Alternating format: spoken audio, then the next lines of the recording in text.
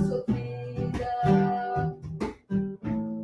uma criança largada e esquecida no olhar, uma lágrima caída. Minha mãe não chore mais, seu filho um dia vai voltar. Basta só eu me livrar do açoite que o Senhor insiste em me dar. Minha mãe não chore mais, seu filho um dia vai voltar. Meu corpo está, mas minha alma vai suportar. Ai, ai, ai, ai, ai. Ai, ai, ai, ai, ai. Ai, ai, ai, ai, ai. Ai, ai, ai, ai, ai. Toda noite eu lhe caí. Meus irmãos vêm me libertar. Me avisaram hoje cantando, enquanto ficavam a plantar. Pegarei sementes da terra, vou plantar em outro lugar e matar a planta ruim. Depois do fruto eu arrancar. Minha mãe não chore mais, seu filho um dia vai voltar. Basta só eu me livrar do açoite que o Senhor insiste em me dar. Minha mãe não chore mais, seu filho um dia vai voltar. Minha carne está cansada, mas minha alma vai escutar. Ai, ai, ai, ai, ai. Ai, ai, ai, ai, ai. Ai, ai, ai, ai, ai. Ai, ai, ai, ai, ai. Boa tarde, sejam bem-vindos a mais uma palestra na primeira semana literária da Escola Fusarca e Folia. E agora, nesta tarde, vamos trazer o nosso amigo Victor Lobisomem, diretamente do Rio de Janeiro. Já aviso aí o pessoal que estiver nos acompanhando que a gente está com aquele pequeno probleminha da internet, que de vez em quando aparece, mas a gente vai tentando aí, vamos com certeza escutar boas histórias do Victor, ele que é ator, compositor, músico, cordelista, dentre 1000 facetas que tem o Victor aí, e ele vem trazer um pouco da sua experiência para falar de literatura dentro dos trabalhos culturais que ele faz. O Victor está com um pouquinho de atraso lá para me escutar, tá? Com um pouquinho de atraso de retorno, então se vocês notarem essa diferença de tempo, vocês já sabem que é porque tem esse delay aí em relação à internet. Victor, uma boa tarde. Primeiramente, se apresente para o pessoal aí e fique à vontade, meu querido, para contar um pouco da onde você um pouco do teu currículo, o que você faz, para a gente entrar no papo daqui um pouquinho. Tá legal, boa tarde, Gabriel, Contramestre Fly, toda a equipe da Escola Fusarca e Folia, né, os pais, professores e amigos que estão nos assistindo. Para mim é um prazer e uma honra muito grande estar aqui com vocês. Né, como já foi falado, o meu nome é Victor, né, eu sou nascido no Rio de Janeiro, nasci em 73, praticamente a minha vida toda morando aqui no Rio, né? Eu tive uma uma pequena passagem aí pelo Nordeste, mas foi bem curta, de menos de um ano, e recebi esse apelido de lobisomem quando comecei a treinar a capoeira. Foi na capoeira que eu comecei a desenvolver algumas aptidões, né, artísticas, como tocar, cantar, né, compor, escrever.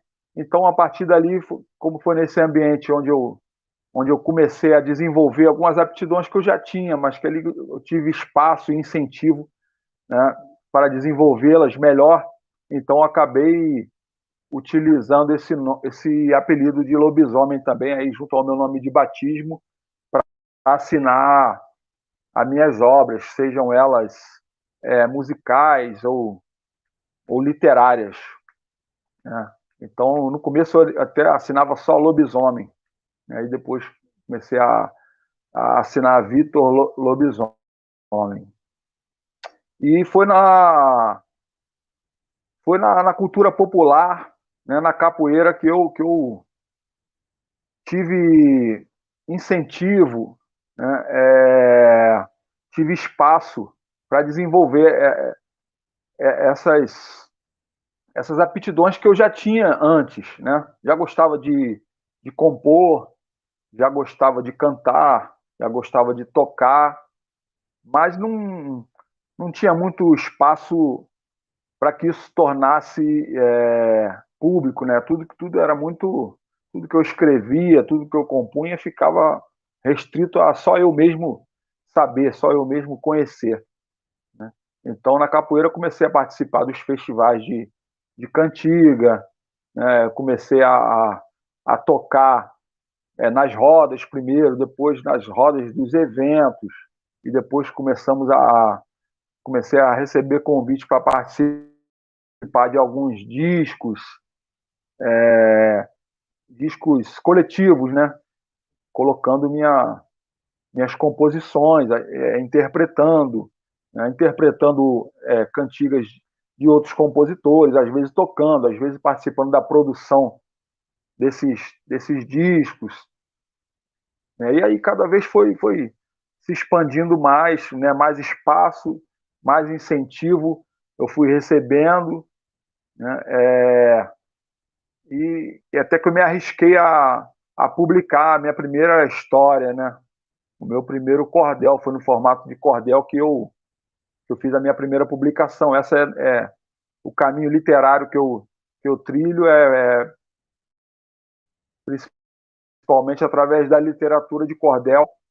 E quando o meu mestre de capoeira ia celebrar os 50 anos dele, né, a gente se juntou para fazer um disco, né, e as músicas seriam selecionadas. Eu queria escrever uma música também para entrar nesse disco, só que era muita informação que eu tinha, né, muita vivência, muita experiência, muitas ideias que não caberiam só numa música. Então eu acabei instintivamente escrevendo essa história aí do Mestre Camisa no formato da literatura de cordel. Não tinha eu não tinha o intuito de publicá-la, né? Era só mais de dar de presente para ele, mas aconteceu, eu fui incentivado, entrei em contato com outros cordelistas, com a Academia Brasileira de Literatura de Cordel, e publiquei, e foi o maior sucesso. E aí eu continuei publicando outros títulos, né? E apesar de não estar nos meus planos, acabei me tornando um cordelista. Essa hoje também é uma das principais atividades que eu trabalho, que eu exerço, né? A de escritor de literatura de cordel, falando sobre diversos temas, praticamente todos ligados à cultura popular, à capoeira, ao samba, né? Ao jongo, ao carimbó, ao samba de roda da Bahia. Essas são as minhas temáticas, ao folclore, né? As figuras do folclore. Essa é a minha temática principal, né? Além da literatura, eu também fui parar no teatro, né? Você até me apresentou aí como ator. Eu fiquei muitos anos em cartaz com um espetáculo teatral chamado Besouro Cordão de Ouro, porém sem realmente ser um ator, né? Eu fui também através da cultura popular, tá ali no teatro tocando, cantando, né, jogando capoeira, sambando. Então a cultura popular me levou aí para esse vasto universo da cultura em geral, né, como instrumentista, como compositor, como escritor, né, no teatro e outras. Beleza, Vitor, que legal, né? Trabalho e trajetória aí, que é legal a gente frisar, principalmente nós que trabalhamos mais com a capoeira, né, na nossa vida.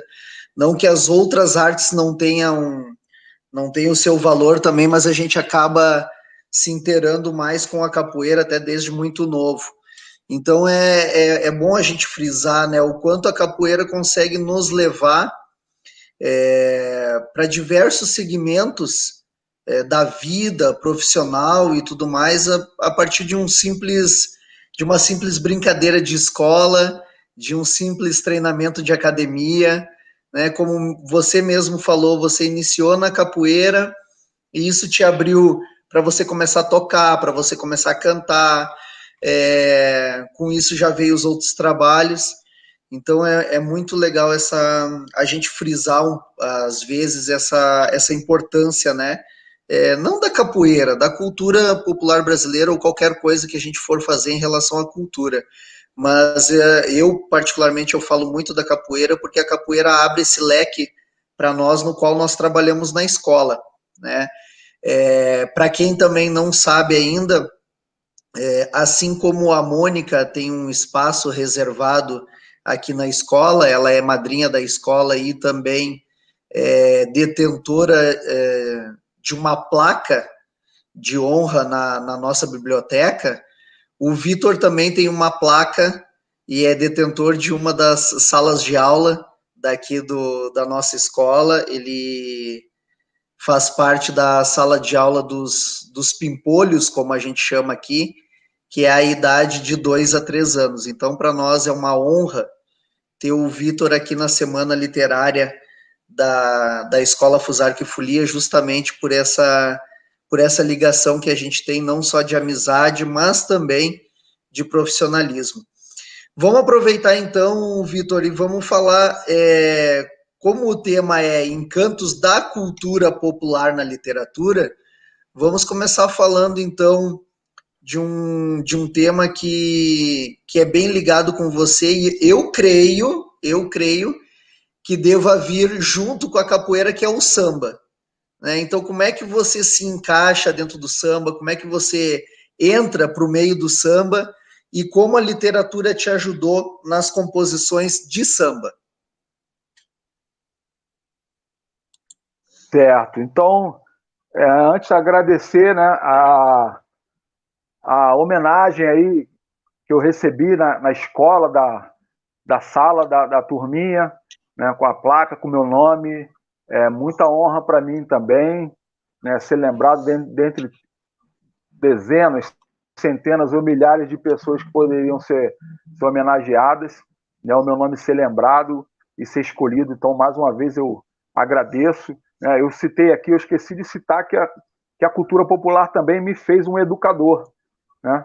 Eu também ministrei aulas de capoeira em diversos espaços, incluindo escolas públicas e particulares aqui do Rio de Janeiro, né, comunidades, e mesmo depois, onde eu conciliar as minhas atividades culturais, musicais, né, teatrais, de shows com as aulas, ficou incompatível, né, porque ser um professor te exige estar ali, né, naqueles dias, naqueles horários certos, então estava tendo muitas viagens ali que eu tive que escolher. Então, mesmo quando eu não tive mais no dia a dia, nas escolas, eu continuo até hoje sendo convidado, né, para realizar várias atividades com os alunos, às vezes com os professores também, como é essa que a gente está fazendo aqui é uma delas, mas muitas vezes eu dou uma palestra, uma oficina, participo de bate-papos aí com diversas instituições educacionais. Então, foi mais um caminho que a cultura popular me levou. E aí, eu acho que interessante dizer, Gabriel, que é um caminho que eu não consegui fazer através do ensino convencional, né? Da música, né? Eu não segui carreira acadêmica, eu não tenho formação acadêmica, eu não consegui estudar a música de forma convencional, tentei quando eu era adolescente, né? Fui estudar no Conservatório Brasileiro de Música, mas estudar violão popular, estudar teoria musical, e eu não consegui, né? No ensino convencional da escola também sempre tive muita dificuldade, mas através da cultura popular, do ensino, né? Com caminhos diferentes do convencional, né? Não sei se informal é a melhor palavra, mas caminhos diferentes do convencional eu consegui ocupar espaços que eu não conseguia através desse caminho de ir para a escola de música, né? De ir para a universidade, essa coisa toda, né? E às vezes eu ocupo o mesmo espaço que pessoas que frequentaram essas instituições ocupam. Então, a cultura popular, para mim, foi um caminho, né, essencial. E o samba, o samba, na verdade, veio até antes da capoeira. Né? Eu comecei capoeira com uns 18 anos, achava até que era um pouco tardio. Né? Via muitos colegas que já estavam nesse caminho desde a infância, desde 12, 13 anos, 18 anos. Na época, eu até me achei que era muito velho, que não daria mais certo, né? Aprender alguma coisa que eu achava com uma dificuldade muito grande. Então, antes disso, eu já gostava de cantar samba, já tocava alguns instrumentos de percussão, né? De forma amadora, e a capoeira foi também um elemento que me uniu mais, né? Me aproximou mais do samba, porque a capoeira ela me trouxe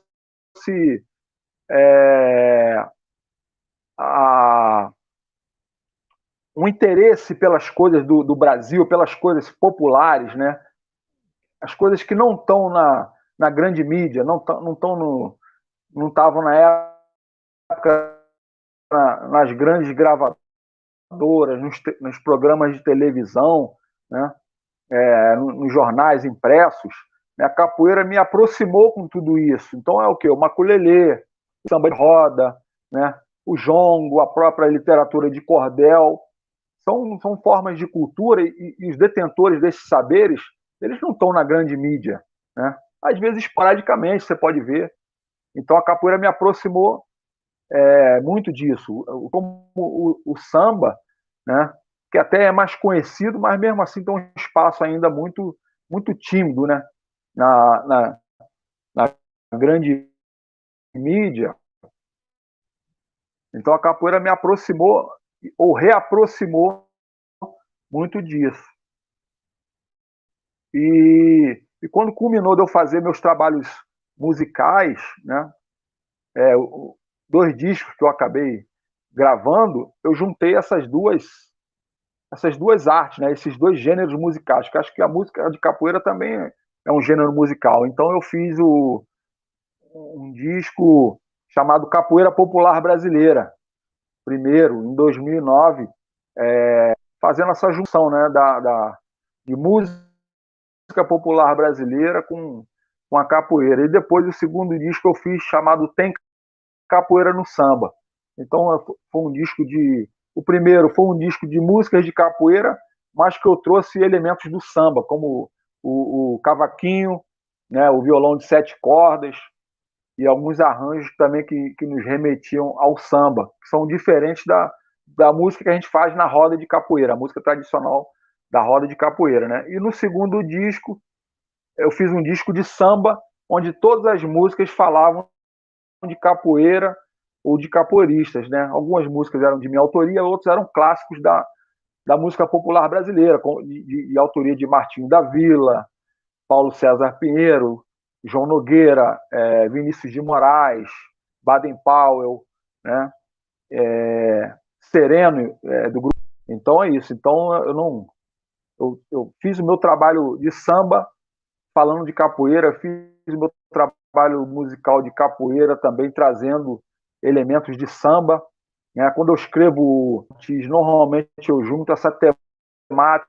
Então eu sou um cordelista que sempre trago também, né, o tema da capoeira. Então tá tudo muito aglutinado em mim, né? Eu dificilmente trago só um elemento da cultura popular nos trabalhos que venho desenvolvendo, entendeu? Então, quando eu estou escrevendo cordel e também trazendo personagens da capoeira ou do samba. Quando eu estou contando samba, eu estou trazendo a temática da capoeira nas músicas. Então, a capoeira foi, sim, um importante caminho para me reaproximar, para estreitar, né, a minha relação com o samba, que vinha de antes, né, mas com a prática da capoeira e de outras formas de cultura popular, isso se estreitou de uma forma mais intensa.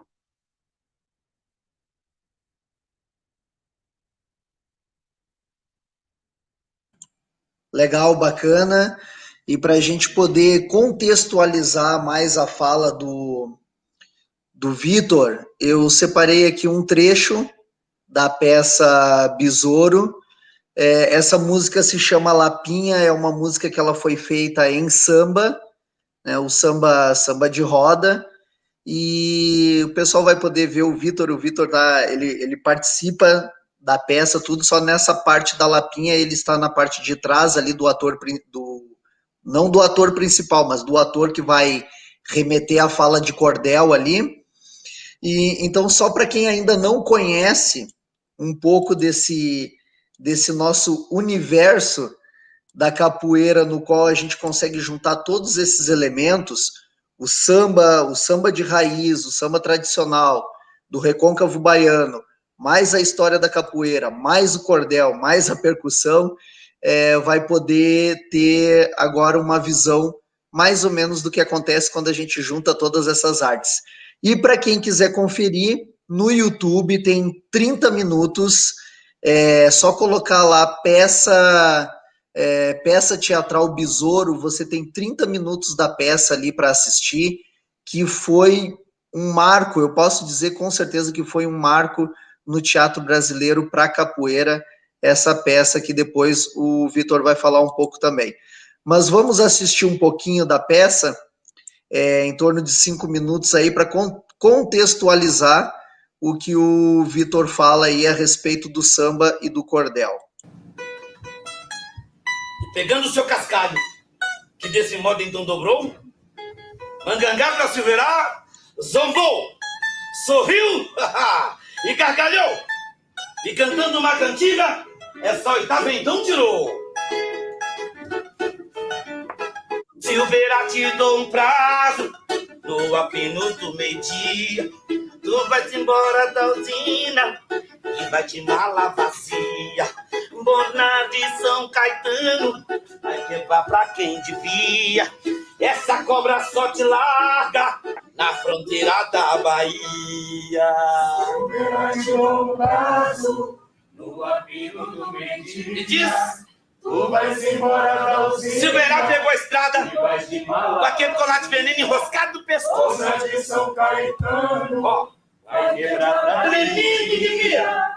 Essa cobra só te e a bichinha só desenroscou dele quando ele atravessou a divisa pra Sergipe.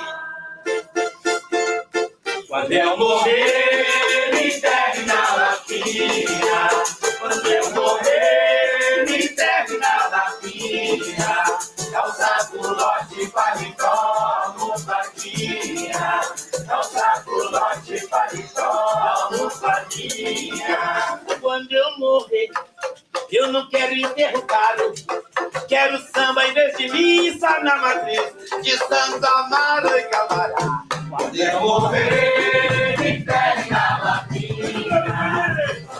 morrer, me enterre na lapinha, calça, culote, paletó, almofadinha, calça, culote, paletó, almofadinha. Quando eu morrer, pra evitar de ter pancada, eu não quero em meu velório sorrir, mulher casada e camarada. Quando eu morrer, me enterre na lapinha, quando eu morrer, me enterre na lapinha, calça, culote, paletó, almofadinha, calça, culote, paletó, almofadinha.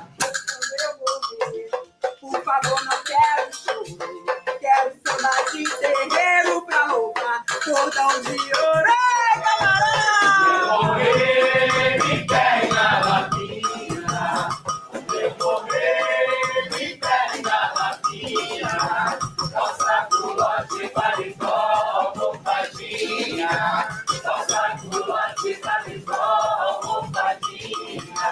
Quando eu morrer, quem fala de mim, cuidado, vou baixar dando pesada no lugar, eu vou chamar, foi camarada. Quando eu morrer, me enterre na lapinha, quando eu morrer, me enterre na lapinha, calça, culote, paletó, almofadinha, calça, culote, paletó, almofadinha. Quando eu morrer, tudo acaba, tudo finda. Eu cheguei trazendo nada e vou levar, menos aí dói, camarada. Quando eu morrer, me enterre na lapinha, quando eu morrer, me enterre na lapinha, calça, culote, paletó, almofadinha, calça, culote, paletó, almofadinha. Quando eu morrer, se eu tiver que ir pro inferno, o diabo que se cuide que ele tá no meu caderno, oi, camarada. Eu morrer, me enterre na lapinha, eu morrer, me enterre na lapinha, calça, culote, paletó, almofadinha, calça, culote, paletó, almofadinha. Quando eu morrer, que não seja em feriado, que é dia de capoeira lá na rampa do mercado, camarada! Quando eu morrer, me enterre na lapinha, quando eu morrer, me enterre na lapinha, calça, culote, paletó, almofadinha, calça, culote, paletó, almofadinha. Quando eu morrer, vou me embora logo cedo, capoeira é 6 da tarde no terreiro de São Pedro e camarada. Quando eu morrer, me enterre na lapinha, quando eu morrer, me enterre na lapinha, calça, culote, paletó, almofadinha, calça, culote, paletó, almofadinha. Que lindo, que lindo, que lindo. Vitor, assim, ó, hoje eu creio que vai ser mais uma palestra, mais uma live aqui, que a gente vai acabar tocando no nome do livro da nossa querida Joana Vasconcelos, a Contramestra Moçambique, que é o livro Chione. Assim, ó, pelo que a gente tem falado do livro dela, né, que a história de Chione nos leva para dentro do imaginário, para dentro do imaginário de Moçambique, para dentro do imaginário da África, que você se sente lá dentro.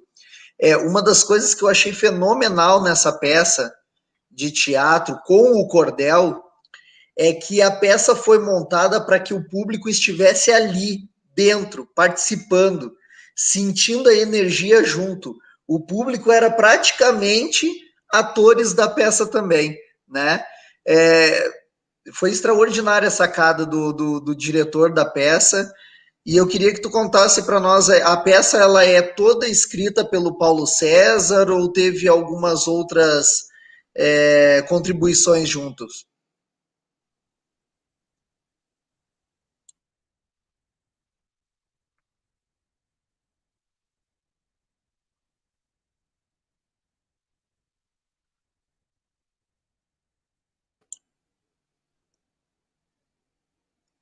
Não, a peça é toda de autoria do Paulo César Pinheiro, o texto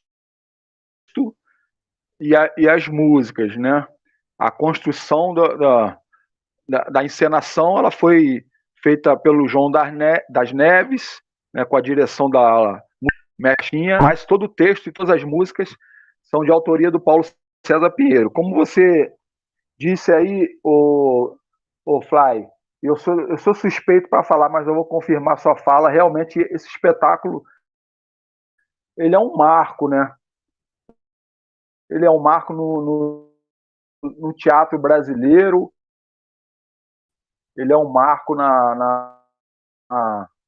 eu acho que na história da capoeira também, na história da música, esse espetáculo, essa trilha sonora, ela depois foi gravada pelo autor num disco chamado Capoeira de Besouro, né, que eu tive a honra também de participar tocando berimbau, ao lado do mestre Camisa e ao lado de músicos excepcionais, né? Como a Luciana Rabelo, Maurício Carrilho, Celcinho Silva, e disco que foi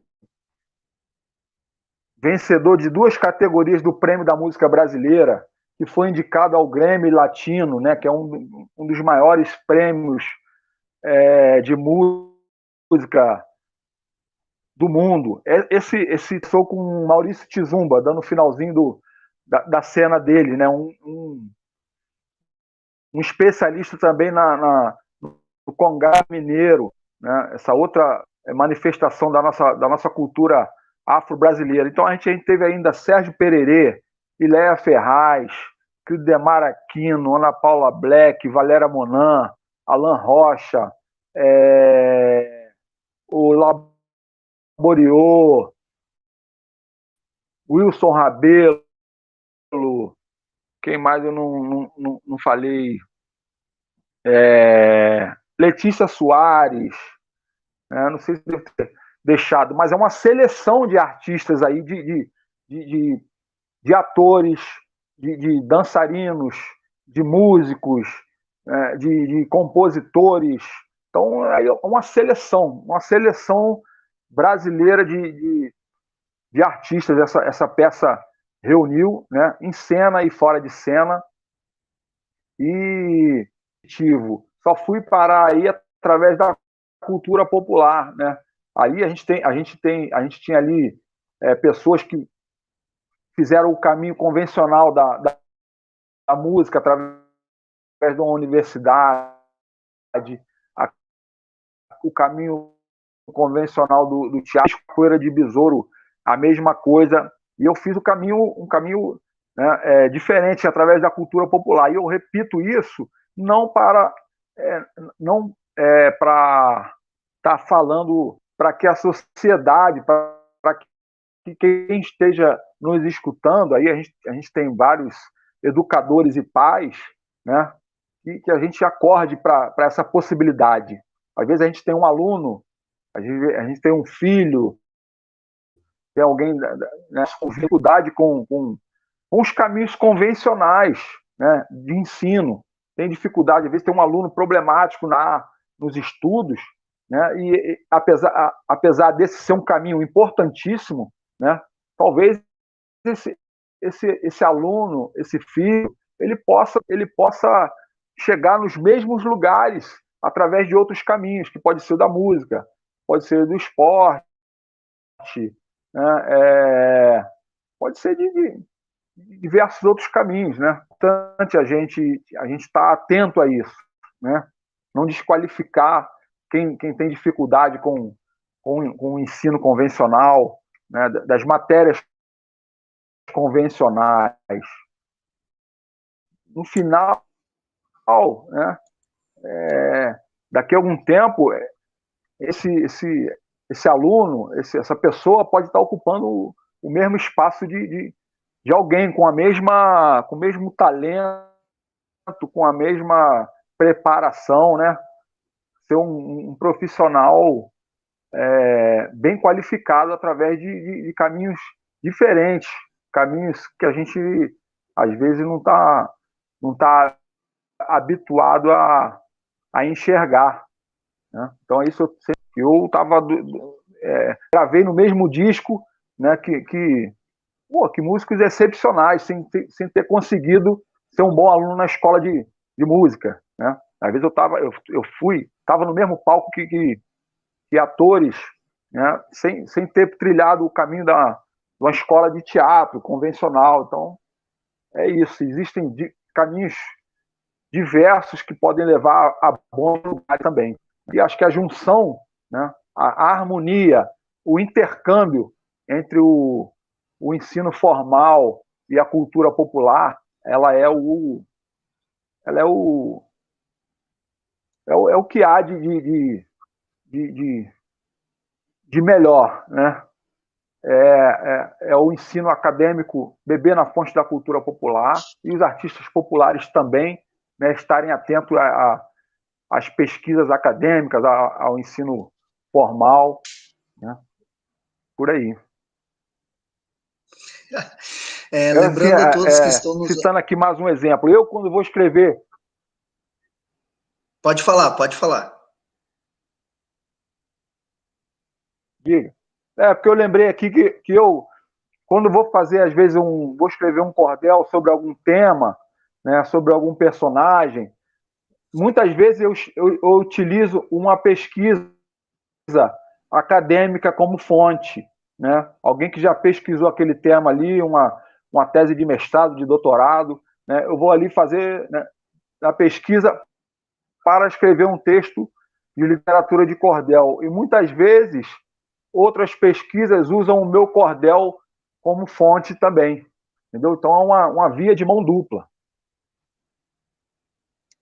Claro, lembrando a todos que estão nos assistindo que o Vitor ele está com um pouquinho de atraso lá na internet, então às vezes pode ocorrer de eu ficar esperando a resposta dele ou acabar dando algum choque de fala justamente por causa disso, por causa desse tempinho.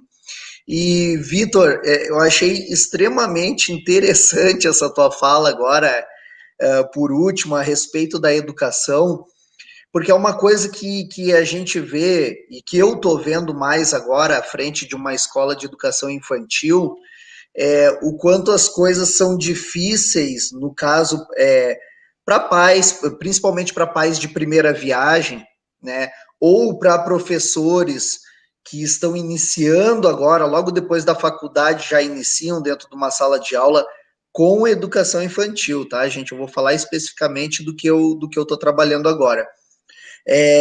De ver essas dificuldades das crianças para algum assunto que muitas vezes a gente da cultura popular consegue enxergar antes até, né? Eu sou exatamente esse caso que você falou, porque eu iniciei estudando em escola particular, fui até o terceiro ano, na minha época, né, era a terceira série, em escola particular, repeti o terceiro ano, e foi aí que a minha família resolveu me tirar da escola particular e me colocar numa escola pública, porque eles estavam cansados de pagar a escola particular e eu não tinha atenção para fazer as coisas, eu não gostava de estudar, eu não gostava de ler, não tinha um atrativo que me chamasse a atenção naquela época. E logo depois, um pouco mais tarde, eu fui caindo dentro da cultura brasileira, e dentro da cultura que acabou me despertando essa vontade de estudar. Então, tudo que eu conquistei depois, desde trabalho, a vontade de ler, a vontade de estudar, de me dedicar a um ensino formal, né, à faculdade, a constituir família, foi tudo através da cultura, né? Algo que, não sei, de repente alguma coisa naquele meu início faltou para me despertar o desejo. E hoje em dia eu vejo que às vezes os pais chegam na escola falando: o meu filho é terrível, o meu filho não para quieto, eu preciso colocar ele na escola ou em algum lugar, alguma arte marcial, algum esporte com que ele gaste energia. E na verdade é isso às vezes que está faltando para a criança, para que ela desperte o interesse nas outras coisas. Então eu achei fenomenal essa tua fala. E isso mexe também com a autoestima, né? Assim mexe com a autoestima do adulto. Imagina de uma criança ou de um adolescente, se ali ele tá vendo a maioria dos colegas conseguirem fazer as atividades propostas na sala de aula, né? E ele não está conseguindo. Ele vê os colegas conseguindo ter um bom desempenho na prova, né? No dever de casa, até no comportamento da sala, e ele não está conseguindo. Aquilo ali começa a minar o educador, às vezes a família também não tiver a sensibilidade, né, de procurar formas de lidar com isso, e ali está ali reforçando aquele estereótipo de pô, todo mundo consegue, você não consegue, todo mundo se deu bem na prova e você não, ou seu irmão é um bom aluno, você não é. Olha aí, todo mundo está. Aquilo ali está minando a autoestima do aluno, e em vez de servir como um incentivo, aquilo ali vai problematizando ainda mais aquela situação, né? Então são várias coisas. O primeiro lugar que eu dei aula de capoeira era numa escola pública onde a mãe dos meus filhos, então minha esposa, era professora. Então eu fui voluntariamente dar aula de capoeira lá. Então eu via o comportamento das crianças dentro da sala de aula. Alguns eu já conhecia, conversava com os professores. Normalmente o aluno que tinha mais, né, dificuldade no ensino formal, eu já identificava e tentava chamar ele ali para, né, para receber elogios, né, para receber um incentivo a mais, né, na aula de capoeira, para agir diferente do que normalmente acontecia na rotina de sala de aula, né? Muitas vezes funcionava e muitas vezes o desempenho, né, desse aluno melhorava, né, nas matérias formais ali. Às vezes o que o aluno está precisando é de incentivo, de compreensão, de um elogio, né? Um elogio mesmo que seja para uma atitude mínima, né? Do que falar, pô, todo mundo está conseguindo, você não. Essas questões aí que eu já exemplifiquei antes, né? Sim, e aí a gente vai batendo naquela velha frase de sempre do porquê que é tão importante a comunicação dos pais com a escola, né? É incrível que hoje em dia a gente ainda vê uma relutância de alguns pais, claro, não são todos, mas de alguns pais de estar participando do ambiente escolar, de estar participando das reuniões da escola, de estar indo até na festa da escola para ver a apresentação do filho, né? Se tem essa aproximação da família com a escola, os dois lados conseguem se conversar e trabalhar da mesma maneira para que a criança consiga desenvolver num ambiente paralelo, né? E não ser cobrado de uma maneira em casa e um outro tipo de, eu vou falar cobrança porque, né, só para contextualizar, mas cobrado de uma maneira em casa e cobrado de uma outra maneira na escola, né? Ou vice-versa, a escola de repente dá esse incentivo que você está falando e em casa às vezes falta. Então, o diálogo escola-família é importantíssimo.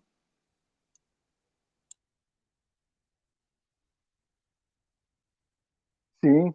E a gente abrir a mente também para tudo que for institucionalizado, né? Na nossa cultura, né? Na nossa cultura urbana, na nossa cultura ocidental. Tu vê existem outros tipos de sabedoria, existem outras fontes de conhecimento, existem outros ofícios, né, muito essenciais à sociedade que não são aprendidos na escola, na universidade, que não são aprendidos nos livros. Então, essas não são as únicas formas, né, que um ser humano tem de se tornar um bom profissional, de se tornar detentor, né, de um saber importante, de se tornar um cidadão produtivo na sociedade, né? Tem pessoas aí, a gente pode, eu vou citar aqui um exemplo aqui, já que a capoeira é a nossa área. O mestre Bimba é ao lado do mestre Pastinha, provavelmente um dos nomes mais relevantes da capoeira. O mestre Bimba, que eu saiba, né, ele só sabia assinar o nome. Se ele não escrever, provavelmente, né, ele não sabia ler também. Então, provavelmente, o mestre Bimba, grande chance dele não ter lido livro nenhum durante a vida toda. E mesmo assim, ele tornou-se, né, nós somos seguidores como educação, né, da capoeira, como a gente compreende hoje. Então, ele trilhou um caminho que não precisou, né, de livro, né, de ir para a universidade. Inclusive, a universidade hoje reconhece ele como doutor honoris causa, né? E assim são outros, né? Às vezes você vê também um ofício também, o ofício de pedreiro, analfabetos, a gente conhece, né? Olha que acha que ofício essencial, né, é o de pedreiro, uma sabedoria, né, um conhecimento adquirido ali na prática, e muitas vezes é menosprezado, né? Às vezes a profissão que é menosprezada perante a sociedade. Então, a gente abrir a mente também para outras formas de pensar. Perfeito, é isso aí mesmo. Vitor, vamos falar um pouquinho agora, já que nós já estamos quase batendo no nosso horário, vamos falar sobre as tuas obras. Eu sei que tu tens aí do lado já, acho que 2 livros, né, teus escritos, que estão aí do lado, e falar um pouquinho sobre os teus cordéis também. Diz para nós, dá um pouquinho de spoiler dos livros aí, como surgiu a ideia de cada livro. E se tu puder falar depois um pouco dos teus cordéis e encerrar o nosso papo de hoje lendo um cordel teu, seria bacana também.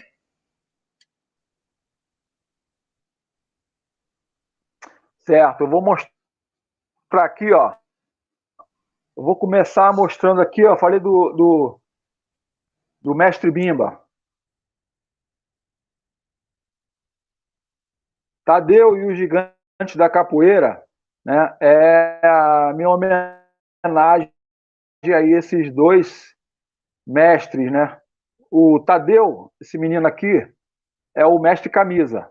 A história dele durante a infância também, que teve um caminho também que foi diferente, né? Criado na fazenda, né? Criado no interior do Nordeste, e depois encontrou com esse gigante, né?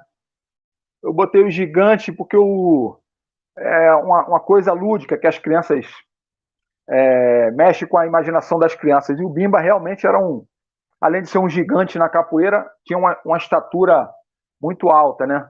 Então eu fiz aí a história dos 2 para a criança.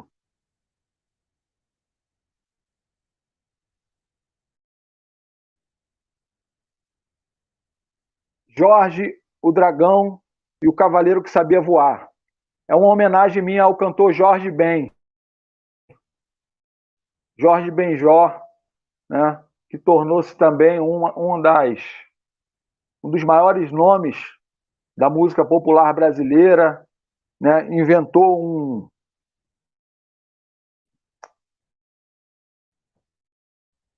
criou, né, de tocar, de compor, muito característica, muito própria.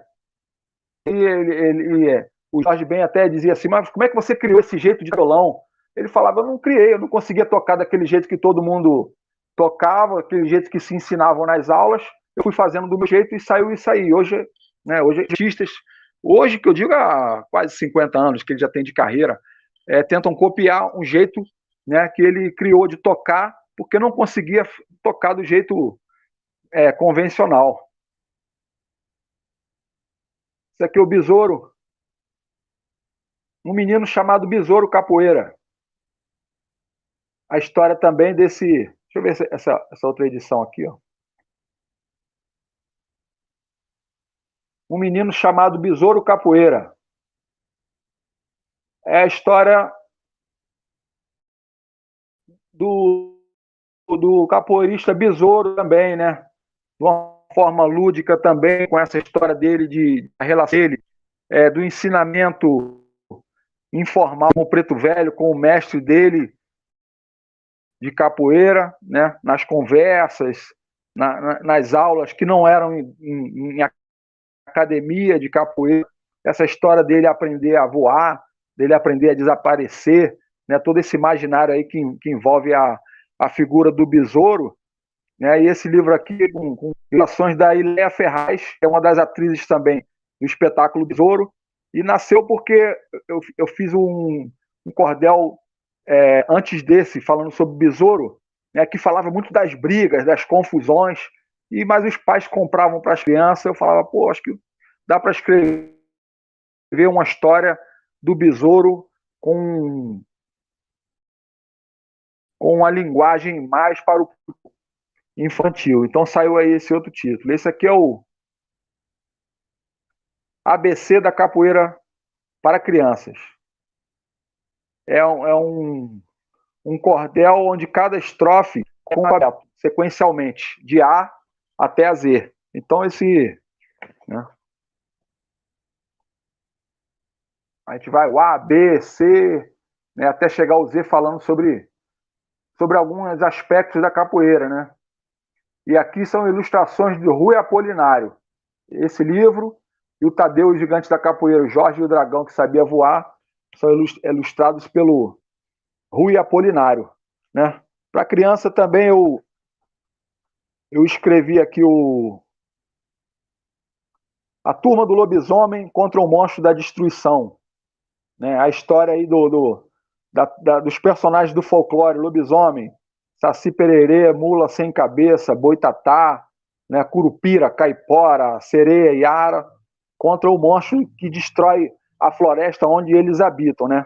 E o monstro nada mais é do que o ser humano, que é o único animal que destrói o seu habitat natural. Essa versão aqui do Zumbi, né? O Maurício Tizumba, aquele que a gente viu lá no vídeo do Besouro, né? Também é um artista de várias facetas e me convidou para assinar uma peça de teatro chamada O Negro, a Flor e o Rosário, né? Sobre a cultura negra, a cultura popular afro-brasileira para criança. Então, a cena do Zumbi, eu publiquei ela no formato de cordel. Tem outros títulos que não foram específicos para criança, mas que acabam alcançando também as crianças, né? O Luiz Gonçalves, acho que do maior tocador de sanfona, um dos maiores tocadores de berimbau, né? E cantadores de capoeira. A tia Maria do Jongo, né? Faz 100 anos esse ano, né? Que é uma referência para as crianças lá na comunidade da Serrinha, né? Comunidade que, como muitas aqui no Rio de Janeiro, tem problemas de violência, mas também tem uma efervescência cultural fenomenal, né? Então lá é o berço do jongo da Serrinha há várias gerações, né? O berço da escola de samba Império Serrano. Então esse não é um cordel para criança, mas que alcança muito as crianças. Zeca Pagodinho e o Extraterrestre, também as crianças gostam muito, né?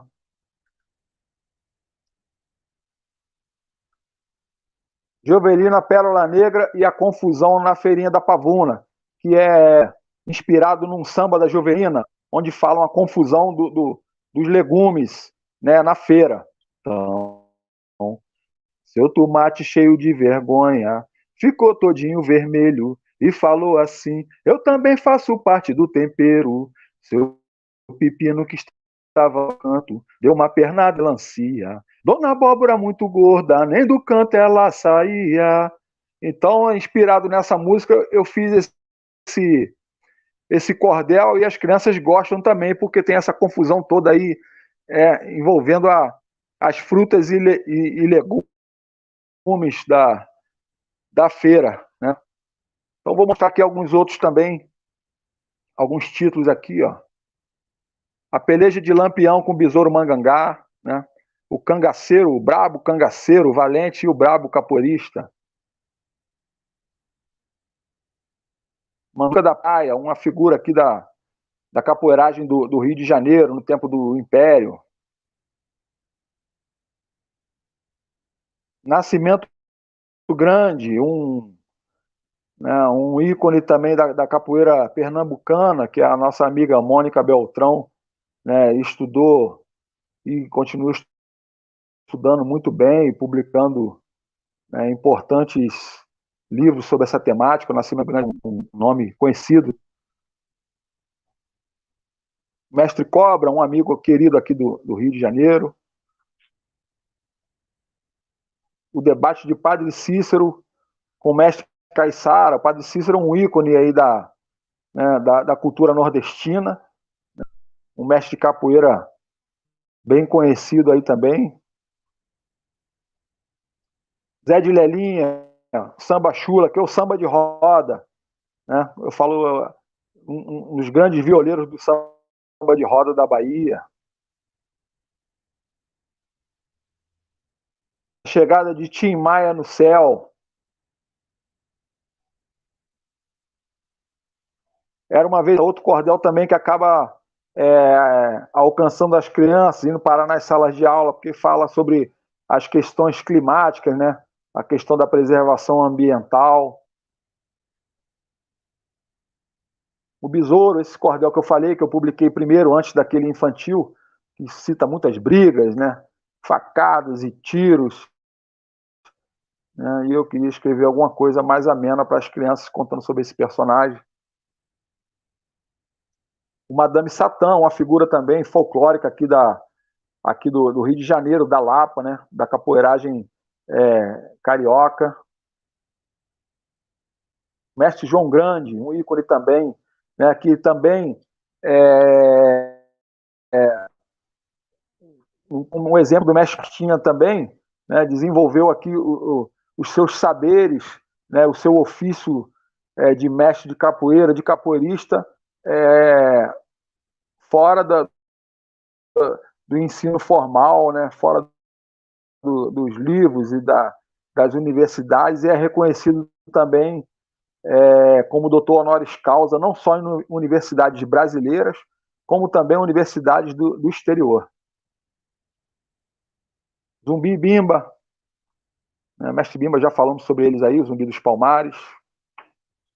E aí, do meu lado literário.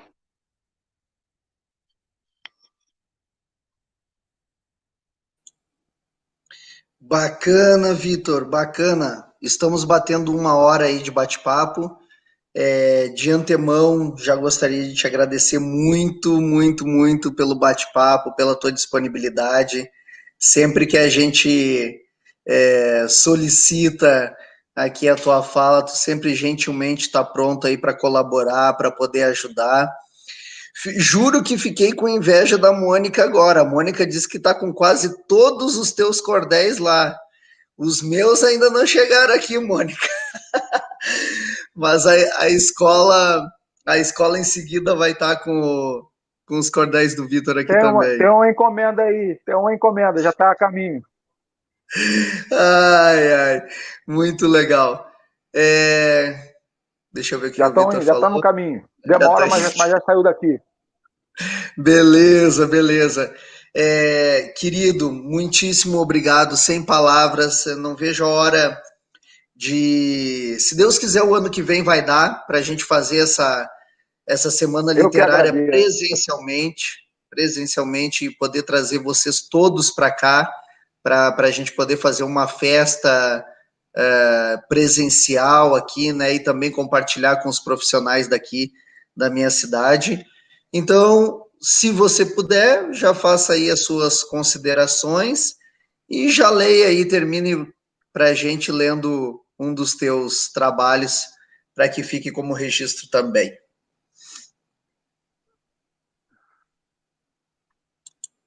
Beleza, eu queria agradecer mais uma vez, pedir perdão aí pela deficiência técnica aqui da nossa conexão, né, que dificultou um pouco a comunicação. Deixa eu ver aqui, vou ler Vitor, do Besouro. Vitor, já fala para a gente aí como adquirir os teus trabalhos. A Lilu lembrou bem aqui, eu até tinha colocado antes o teu endereço aqui de Instagram, que daí o pessoal que queira os teus trabalhos pode entrar em contato por lá também, mas eu não sei se você quer deixar o telefone e tudo mais para o pessoal contatar.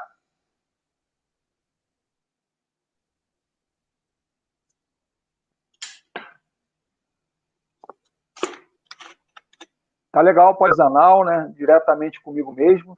Normalmente eu envio pelo correio, mediante o pagamento por depósito bancário, e as pessoas podem entrar em contato comigo pelas redes sociais. O meu Instagram é Victor Lobisomem, né? A minha página também do Facebook é Victor Lobisomem. O WhatsApp é 21 99 883 8945. 8945 é o meu WhatsApp. Qualquer desses caminhos aí a gente consegue se comunicar e combinar. Aqui o estoque também ele é rotativo, né? Nem sempre eu tenho todos os títulos da minha coleção. Então tem que ver o que vai ter disponível quando vocês quiserem fazer a encomenda, e a gente combina.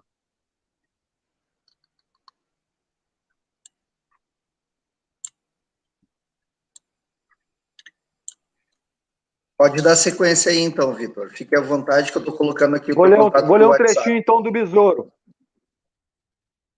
Perfeito. Menino chamado Besouro Capoeira. Vou lhe contar uma história que me contaram um dia. A história aconteceu no estado da Bahia, no tempo em que o meu bisavô ainda vivia. Foi pouco tempo depois de acabar a escravidão. Nesse tempo não havia rádio e nem televisão, nem tinha sido ainda inventado o avião.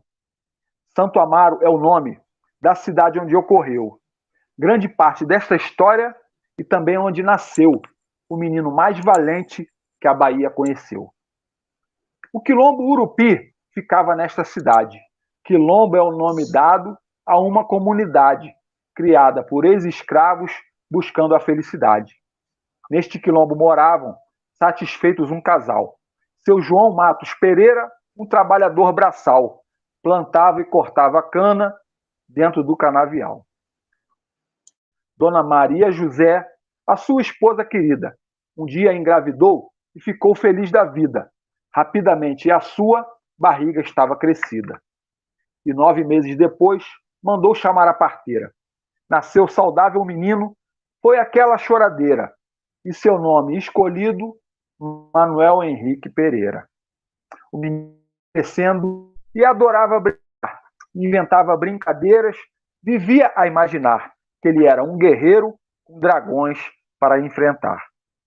Todo dia ele gostava de bem cedo levantar. Seguia para o curral para seu pai lhe ensinar a tirar leite da vaca e os cavalos selar.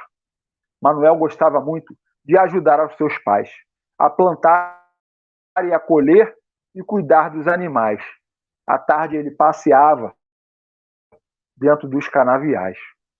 Quando o vento soprava, com atenção ele ouvia o barulho que a cana balançava e fazia, parecendo uma orquestra tocando uma sinfonia.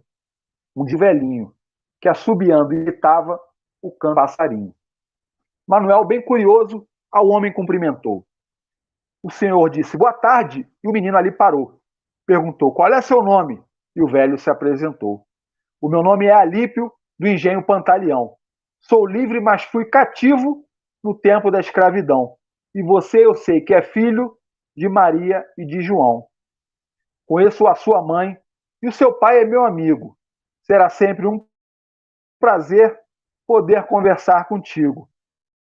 Mande-lhe um grande abraço, diga que esteve com... Isso aí é um trechinho da história e o primeiro encontro aí do Besouro com o mestre Alípio, né? Mestre aí que foi